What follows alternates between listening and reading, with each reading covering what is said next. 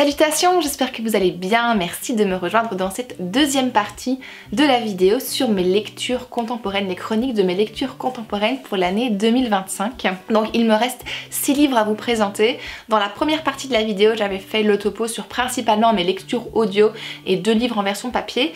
Et les lectures que je vais faire aujourd'hui, que je vais vous présenter aujourd'hui, ont toutes été liées au format papier et en français aussi. Je vais continuer donc mes chroniques des lectures contemporaines avec Propre de Alia Trabucco Serran, qui donc est un roman contemporain et qui raconte l'histoire d'une domestique qui vit au Chili, à Santiago, et qui s'appelle Estela et qui travaille pour une famille bourgeoise. Elle va arriver au moment où madame va accoucher, donc il cherche quelqu'un pour s'occuper de l'enfant et pour s'occuper de la maison, ce qu'elle va faire pendant plusieurs années. Le récit s'ouvre avec un événement dramatique qui est la mort de l'enfant, et donc Estela raconte en fait tout ce qui s'est passé avant, pendant des années, elle-même avec un petit bout de son histoire à elle, et l'histoire de cette famille, le quotidien de cette famille qui est un peu glauque par moments quand même, il faut bien l'avouer. Après donc c'est l'intimité des gens, il y a un côté très cru parfois, je pense que ça c'est un petit peu dû à l'écriture de l'autrice finalement.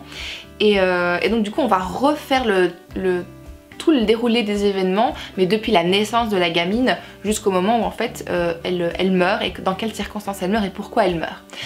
On a fait cette lecture dans le cadre d'une lecture commune dans le club Sous la colline, le club de lecture de Pico Books, et j'avoue que moi de mon côté, je suis très contente de l'avoir fait en lecture commune, parce que moi de mon côté, cette histoire ne m'a pas emballée plus que ça. J'ai trouvé que c'était très long, qu'il y avait beaucoup de choses qu'elle disait, qu'elle répétait, il y avait des choses sur lesquelles en fait elle insistait qui n'avaient pas tant d'importance que ça. En fait j'ai pas été hyper emballée, j'avoue que c'était un petit peu tout ça pour ça finalement, mais après avoir lu les avis des autres personnes, je comprends un petit peu mieux peut-être, je vais dire l'engouement, mais en tout cas le fait que d'autres personnes aient aimé, parce qu'il y a eu d'autres choses qui ont été mises en lumière avec lesquelles je suis assez d'accord, notamment le fait que pour une fois on donne la parole à la domestique, ce qui fait qu'en fait elle ne sait pas comment diriger un récit, et ça se sent, ça se voit, et je pense que c'est retranscrit par l'autrice elle-même dans sa volonté en fait de donner la parole à des personnes qui d'habitude ne l'ont pas.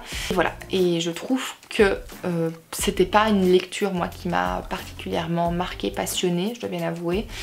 Il y a des moments très violents dans cette lecture aussi, notamment la mort de la gamine, mais pas que, il y a d'autres moments qui sont extrêmement violents, et des événements dans le récit qui des fois sont violents, je vais pas dire inutilement, mais en tout cas ça ne sert pas quelque chose dans le récit, mais à nouveau, il y a sûrement des choses qui m'ont échappé dans la lecture de ce roman.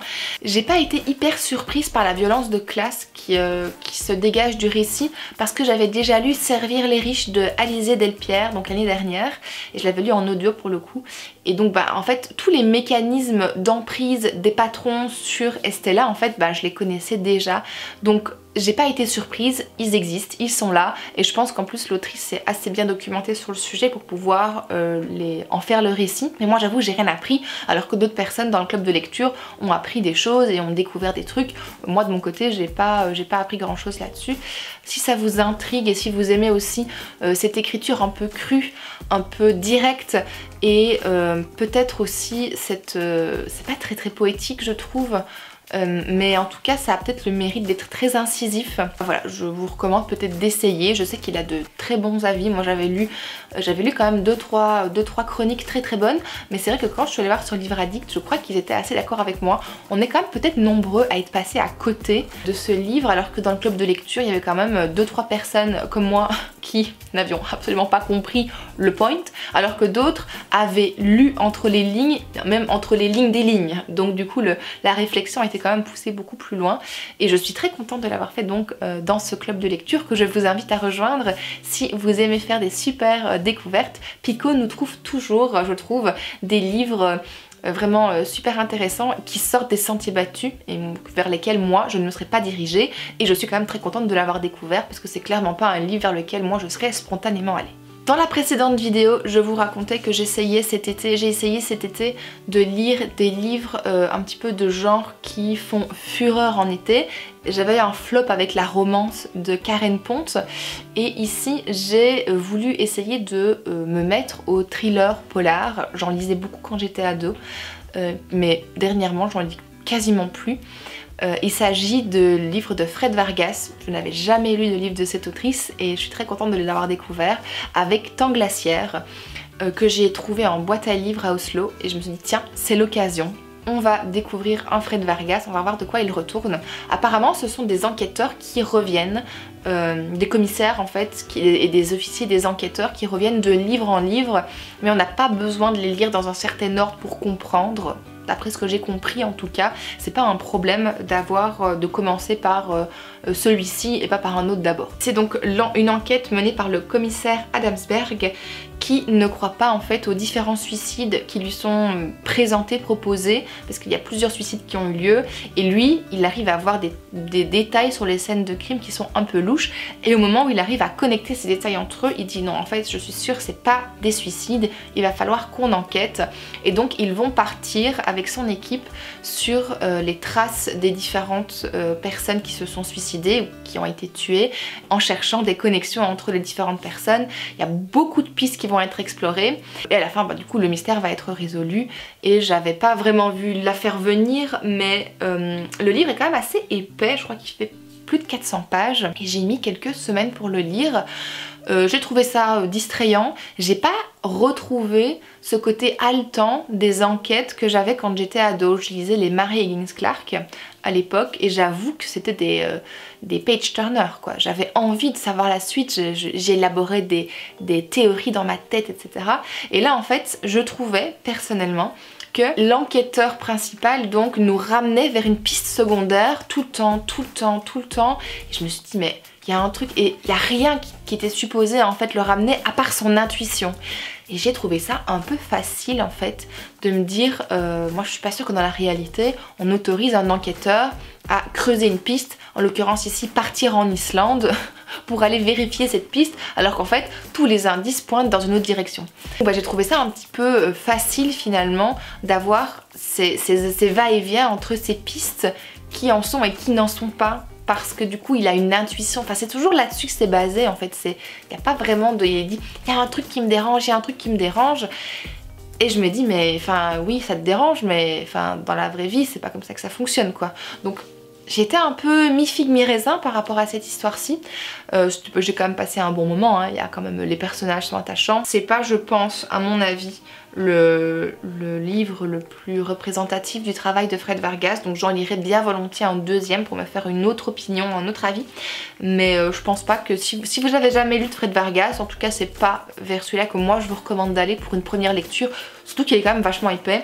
De mémoire, il faisait oui, presque 500 pages ou 450 pages, quelque chose comme ça, donc c'est pas peut-être le plus accessible. Un tout petit livre que j'ai acheté l'année passée à Noël, il s'agit de La Petite Lumière, écrit par Antonio Moresco, et qui commence avec cette phrase qui dit « Je suis venue ici pour disparaître, dans ce hameau abandonné et désert dont je suis le seul habitant. » Donc on est sur un auteur qui raconte le récit d'un homme qui est vieillissant et qui s'est exilé dans les montagnes et qui vit dans un hameau abandonné. Il est vraiment rompu à sa solitude quotidienne, à son petit train-train quotidien, jusqu'à un jour, ou plutôt un soir, où il va voir une lumière dans la vallée d'en face qui s'allume, et il se demande ce que c'est. Il est intrigué par cette lumière et il va commencer à entreprendre un voyage. Je sais pas si c'est un voyage, mais en tout cas il va essayer de partir en exploration pour trouver l'origine de cette petite lumière qui l'intrigue vraiment. Il a envie de savoir de quoi il s'agit. Donc je vais pas vous en dire plus parce que je trouve que le résumé en disait beaucoup. Je vais rester sur l'intrigue de la petite lumière. On est sur un récit qui est très poétique, qui est vraiment tout doux et en même temps qui est rude, parce qu'on va forcément on va un petit peu découvrir ce hameau abandonné, village un peu abandonné. On est entre le rêve et l'éveillé, parfois le rêve et l'éveil, et je trouve que c'était pas toujours facile de distinguer la réalité, parce qu'à un moment donné il va y avoir des espèces de fantômes, des esprits, et donc on est toujours un peu entre deux mondes, vraiment un petit peu essayer de s'accrocher pour pouvoir arriver à capter l'essence du livre, qui reste très beau, qui reste très court et qui se lit très rapidement. Donc si vous aimez un peu ces ambiances oniriques avec le doute qui plane entre la réalité et le rêve, eh bien je vous invite à découvrir cette lecture, c'était vraiment très beau. Je ne pouvais pas passer à côté du nouveau roman de Alice Zeniter qui est donc Frapper l'épopée et qui est paru je crois cette année avec, qui se passe cette fois-ci en Nouvelle-Calédonie à Nouméa. Donc Tass est prof de français et son histoire commence par un retour chez elle à Nouméa en Nouvelle-Calédonie. Donc elle s'est séparée de Thomas avec qui elle a vécu pendant plusieurs années en métropole et elle a toujours eu beaucoup de mal à lui partager sa culture, à même elle-même à mettre des mots sur l'histoire de ses ancêtres, l'histoire de son île, etc. Et elle revient en fait sur son île, elle-même est encore un petit peu désorientée, elle est un peu perdue dans sa vie. Des cours de français au lycée. Elle va, je vais pas dire s'enticher parce que je sais pas trop, mais en tout cas, elle va être intriguée par des jumeaux Kanak qui vont à un moment donné disparaître et elle va partir à leur recherche. Et durant cette recherche, je vais pas dire que c'est une quête initiatique qui commence, mais en tout cas, le secret de ses ancêtres va lui être révélé, il va y avoir une espèce d'histoire dans l'histoire. Donc elle part en quête de ces jumeaux là et elle-même va se découvrir elle-même dans son histoire, l'histoire de ses ancêtres, etc. J'ai lu les critiques de ce livre et je suis assez d'accord avec elle. Moi j'adore Alice Zeniter pour tout ce qu'elle écrit en non-fiction. En non-fiction, je trouve que sa plume est tellement juste, elle cible exactement ce qu'elle doit dire là où elle doit le dire. Et depuis L'Art de perdre, j'avoue que j'ai pas retrouvé cet engouement et cette passion et cet équilibre parfait entre l'engagement politique et la fiction en fait dans le récit. Ici on lui reprochait beaucoup d'avoir fait un énorme travail de recherche incroyable je trouve aussi sur l'histoire de la Nouvelle-Calédonie, des Kanaks, etc. Moi j'y connaissais rien du tout et j'étais ravie de pouvoir découvrir ça à travers l'histoire de Tass. Et aussi d'autres protagonistes dans l'histoire, je vais pas en dire plus parce qu'on n'est pas que avec Tass, on suit aussi un groupe, un autre groupe plutôt anarchiste dans l'histoire et j'ai trouvé ça hyper intéressant parce que ce sont des réalités que moi je ne connaissais pas, qui sont à des centaines de milliers de kilomètres de mes propres réalités à moi. Donc j'ai beaucoup aimé découvrir, mais je comprends quand les gens disent on est encore sur un récit qui fait passer le politique avant de faire passer le récit. Je comprends ce que les gens veulent dire là-dessus, c'est à nouveau pas une histoire qui m'a fait vibrer comme L'Art de perdre. J'ai passé un bon moment, c'est comme l'Empire dans un empire en fait, ou un empire dans un empire. J'avais beaucoup aimé l'histoire avec cette hackeuse qui rencontre un politicien, un homme politique qui essaye de faire changer les choses. Donc en fait les deux vont devoir collaborer pour, je sais plus quelle histoire, mais en tout cas ils se rencontrent et en fait ils essayent d'incarner une vision du monde et on n'arrive pas en fait à bien des fois reconnecter les morceaux entre eux. Et je trouve que ça manque en fait au récit qui était si fluide avec L'Art de perdre, mais je continuerai de soutenir Alice Zeniter parce que j'adore tout ce qu'elle fait et voilà, j'ai quand même passé un très bon moment. C'est pas son meilleur à nouveau, je vais quand même le relire parce que j'aime bien relire Alice Zeniter, donc je vais quand même le relire peut-être d'ici 1 ou 2 ans, mais donc voilà, rien n'égale L'Art de perdre à mon sens, à mon humble avis. Et si vous avez lu aussi cette nouveauté, j'ai hâte de savoir ce que vous en avez pensé, mais en tout cas en non-fiction je vous recommande tout ce que j'ai lu d'elle à peu près maintenant, tout ce qu'elle a publié en non-fiction jusqu'à présent, je vous les recommande les yeux fermés. Vous n'avez même pas besoin d'aller vérifier, c'est recommandé, c'est sûr et certain. Un grand classique pour moi de littérature contemporaine, si je peux appeler ça comme ça, parce qu'il m'a été recommandé de nombreuses fois par de nombreuses personnes issues de milieux très différents et très variés, c'est 1000 soleils splendides de Khaled Hosseini, qui est donc un roman dramatique finalement, qui raconte l'histoire en Afghanistan de Mariam, oui d'abord de Mariam, on va partir au tout début du récit, où Mariam est une petite fille, suite au décès de sa mère, elle va partir vivre avec son papa, qui en fait ne l'a pas reconnue vraiment, c'est une enfant illégitime, elle a été conçue hors mariage, hors union officielle. Et donc en fait l'idée ça va être de lui trouver un mari. On lui trouve un mari qui a 18 ans de plus qu'elle et qui est pas folichon quoi, qui est assez violent, qui est pas terrible. Et elle n'arrive pas à lui donner un héritier. Plusieurs années plus tard, je crois que c'est 15 ans plus tard peut-être, elle va voir en fait l'arrivée de Layla, qui est une jeune fille de 14 ans qui rejoint en fait les épouses de son mari, dont j'ai oublié le nom parce que je l'ai lu il y a très longtemps. Et au départ, elle la voit comme une rivale, elle va essayer de lui pourrir la vie, elle va être très mal vue. Mais petit à petit, en fait, les deux vont s'entendre et il y a vraiment une très très belle amitié et une magnifique relation qui va se nouer entre elles deux. Et à nouveau, c'est un portrait de femmes, c'est des portraits de femmes qui vivent des situations abominables avec l'arrivée des talibans au pouvoir en Afghanistan. C'est horrible. Et la solidarité, il y a vraiment des liens très très forts qui vont connecter ces personnages entre eux et c'est tellement bien écrit. Il a écrit son histoire de manière magnifique. C'est aussi, moi à mon tour, je vais me faire la porte-parole de ce livre et je vais répandre les recommandations sur cette histoire qui est absolument magnifique et qui je trouve n'a pas pris une ride. Donc il a été publié il y a presque 20 ans et c'est toujours aussi beau aujourd'hui, c'est toujours magnifique, les paysages font rêver et c'est des pays, je trouve aussi, c'est important de le souligner, c'est que on a une image de l'Afghanistan. Moi j'ai toujours connu l'Afghanistan avec les talibans, en tout cas dans ma croissance et quand j'ai grandi, quand j'étais adolescente. Et donc c'est souvent des pays qu'on décrit beaucoup pour... je vais pas dire le manque de culture parce que c'est pas vrai, mais c'est dire ah les femmes là-bas elles peuvent pas conduire, elles ont qu'une liberté machin machin, mais c'était un pays où avant c'était incroyable en fait, c'était un pays où les femmes étaient libres, c'était un pays où il y avait en fait une culture incroyable, l'égalité homme-femme existait, enfin peut-être pas existait au même point qu'en Occident, mais en tout cas on est loin des talibans et du régime qu'ils imposent. Donc c'est aussi important de faire vivre ces souvenirs, cette culture pour peut-être éventuellement un jour renverser ce fameux régime pour que cette situation cesse tout simplement. Et je pense que c'est aussi important de faire voyager dans les imaginaires des gens que autre chose existait avant et que autre chose est possible encore aujourd'hui. Et enfin, je vais terminer cette vidéo par mon gros coup de cœur absolu de cette sélection de littérature contemporaine.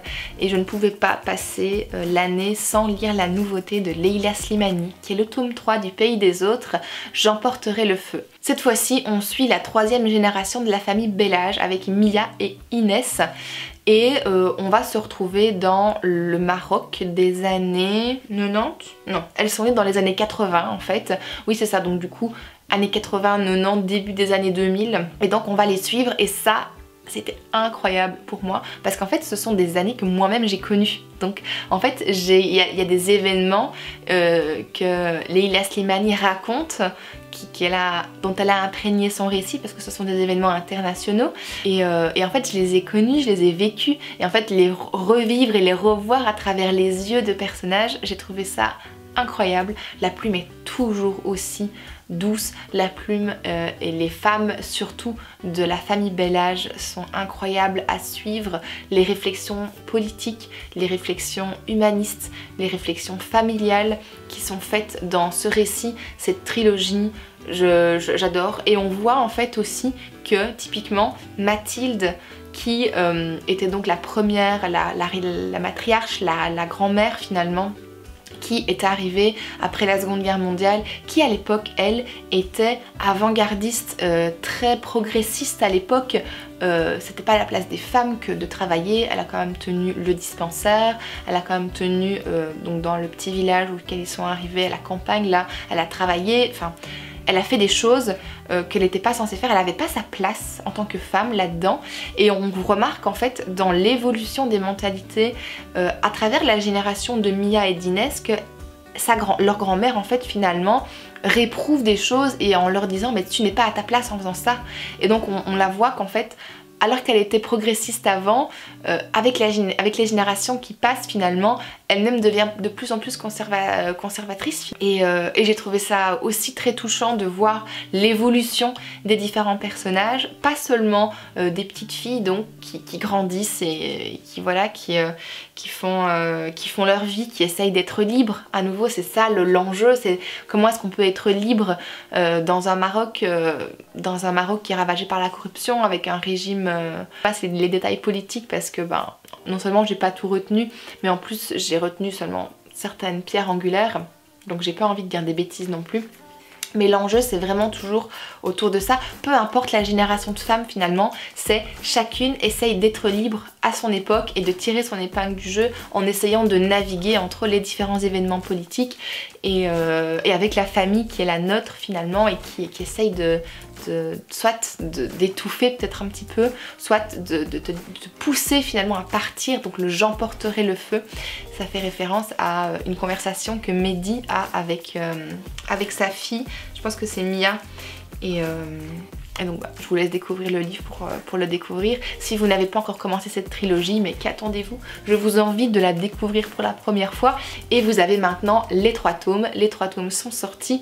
L'histoire est donc bien complète avec ce 3e tome. Si vous n'avez pas encore commencé cette saga, je vous la recommande vivement. Et c'est ici que je vais conclure cette vidéo. Merci d'être arrivé jusque là. Si vous ne l'avez pas encore fait, merci de liker la vidéo, de vous abonner si jamais c'est pas encore le cas. Et on se retrouve la semaine prochaine pour parler de littérature jeunesse.